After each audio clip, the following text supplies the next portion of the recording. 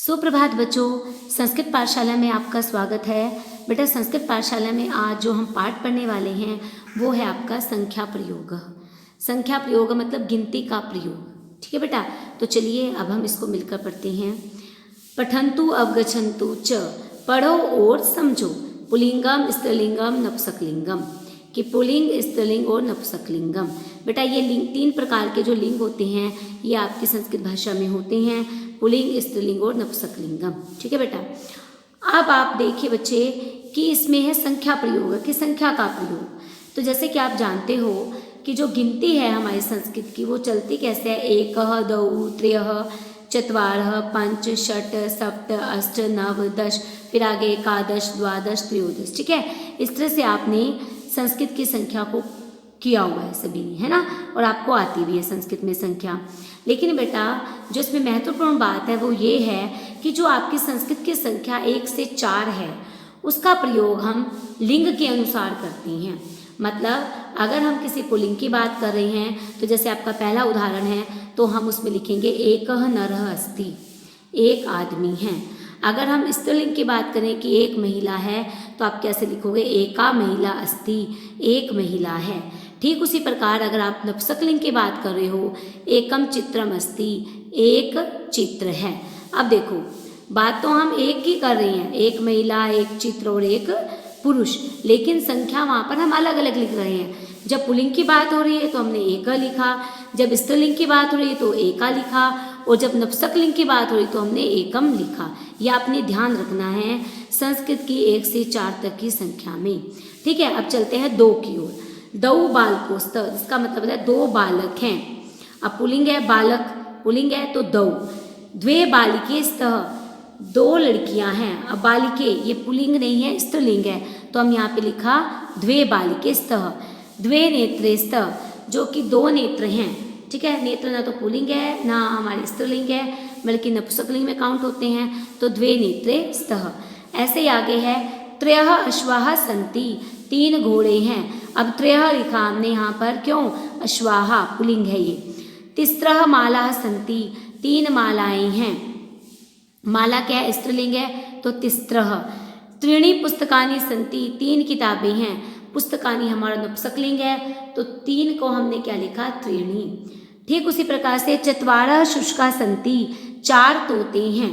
ठीक है, अब यहाँ पे शुका है पुल्लिंग तो चत्वारः। चस्त्रः चटका सन्ति, 4 चिड़ियाँ हैं। अब चटका है तो वो क्या है, स्त्रीलिंग है तो हमने क्या लिखा, चस्त्रः चटकाः सन्ति।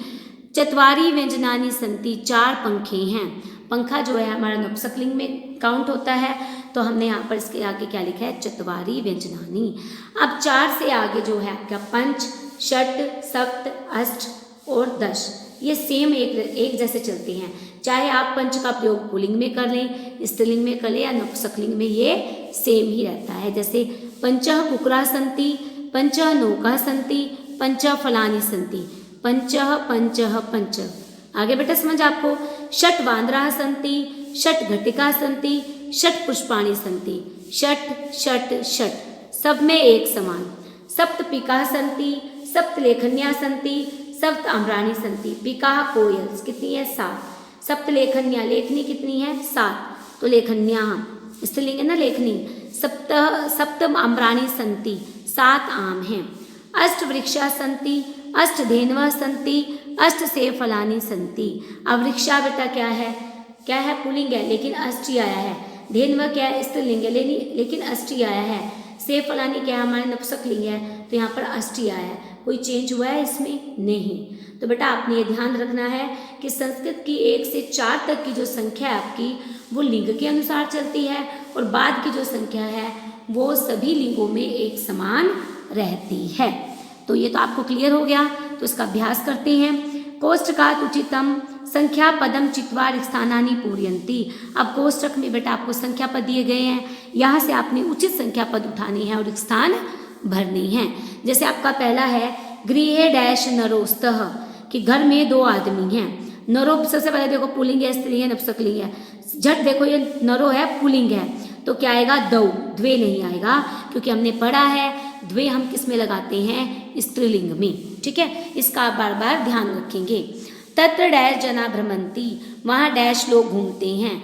अब पंच आएगा, पंचाह नहीं आएगा, क्योंकि पंच जो है वो अपने आप में क्या है बेटा, बहुवचन में है। तो आप क्या लिखोगे, तत्र पंच जना भ्रमंती।